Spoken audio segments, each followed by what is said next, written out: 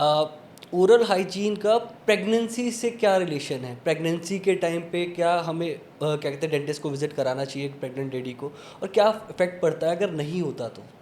That is a million dollar question because आज की date में लोग प्रेगनेंसी तो प्लान कर लेते हैं, लेकिन प्रेगनेंसी के बाद जैसे मदर के अंदर बहुत ज़्यादा हार्मोनल चेंजेस आते हैं। ईस्ट्रोजन स्पाइक करता है, प्रोजेस्टेरोन स्पाइक करता है, उसकी डाइटरी हैबिट चेंज होती है। मदर को भी न्यूट्रिशन चाहिए और बेबी को भी न्यूट्रिशन चाहिए। उसके लिए आपके टीथ हेल्दी होना बहुत ज़्यादा इम्पॉर्टेंट है।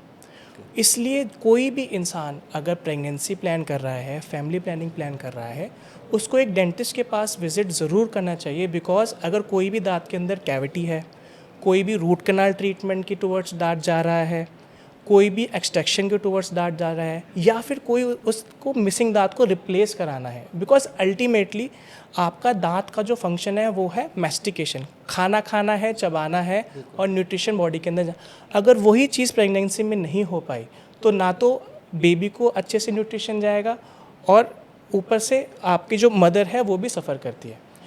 प्रेगनेंसी के अंदर इतने ज़्यादा हार्मोनल चेंजेस होते हैं जिसके कारण आपके जो गम्स आता है उसके अंदर स्वेलिंग होने के चांसेस होते हैं, लूजनिंग ऑफ टीथ होने के चांसेस होते हैं। तो इसलिए हमें उसमें दांत की सफाई, ओरल प्रोफाइलैक्सिस, स्केलिंग जिसको बोलते हैं, वो एक रूटीन डेंटल चेकअप जिसके अंदर रूट कैनाल ट्रीटमेंट या फिर कोई भी फिलिंग है वो, बिकॉज जब भी आप प्रेगनेंसी के टुवर्ड जाते हैं आपकी डाइटरी हैबिट्स इतनी हो जाती है कि एक नॉर्मल इंसान जो 2 या 3 बार खा रहा है उसे बहुत फ्रिक्वेंटली मंचिंग करनी पड़ेगी। बिल्कुल। राइट।